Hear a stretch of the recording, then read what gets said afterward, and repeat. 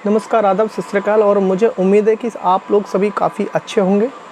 देखिए, बात करते हैं आज नेपाल में क्या चल रहा है और हमारे भारत में ऐसा क्यों नहीं होता जैसे नेपाल के लोगों ने किया है। तो नेपाल नेपोटिज्म, करप्शन के साथ आज इतना जूझ रहा है कि उसकी संपत्ति, अरबों की संपत्ति जला के राख हो गई। और ऐसे ऐसे प्रोटेस्ट हुए कि संसद के न्यायालय तक उन लोगों ने जला दिया। आखिर ऐसा क्यों हुआ? क्या कारण था कि उनको ये कदम उठाना पड़ा, नेपाल के लोगों को ये कदम उठाना पड़ा? ऐसा क्या कारण था? क्या ऐसा भारत में हो सकता है?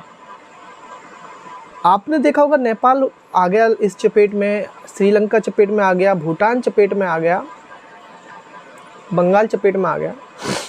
आखिर ऐसा हो क्यों रहा है? तो मैं आपको ये बताता हूँ कि ऐसा हो क्यों रहा है। ये इसलिए हो रहा है कि आज के जो नेता हैं, नेतागिरी करते टाइम वो ये नहीं सोचते कि हम इसी देश के नागरिक हैं और इस देश के नागरिक होने के नाते हमें अपने देश के हित में कुछ करना चाहिए।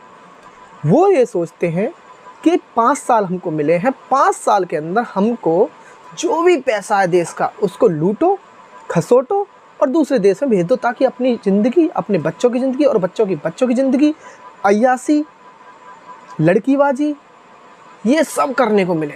जनता जब वोट देती है उस टाइम पे ये नहीं सोचती कि कौन उस पद पे बैठा है और कौन उस पद के लायक है। बस हम लोग हिंदू, मुस्लिम, सिख, ईसाई, चलिए ये तो भारत की बात है, लेकिन नेपाल की बात बताता हूँ। जब नेपाल में ये हुआ तो वहाँ पे सोशल मीडिया का बैन हुआ।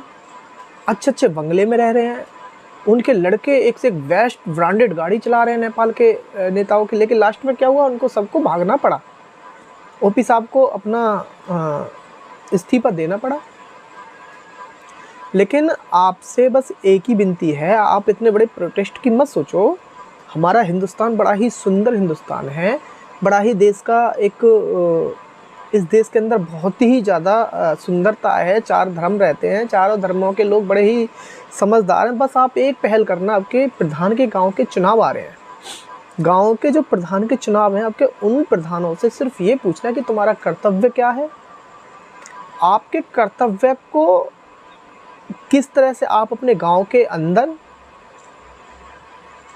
अपने हक की लड़ाई लड़ेंगे, लोगों को हक की लड़ाई लड़ेंगे। और जो प्रधान ये कहे, जो प्रधान का उम्मीदवार ये कहे कि मैंने अपनी ज़मीन बेची है, तो उससे सिर्फ एक ही सवाल पूछना आप कि आपने अपनी ज़मीन क्यों बेची। वो कहेगा कि मैंने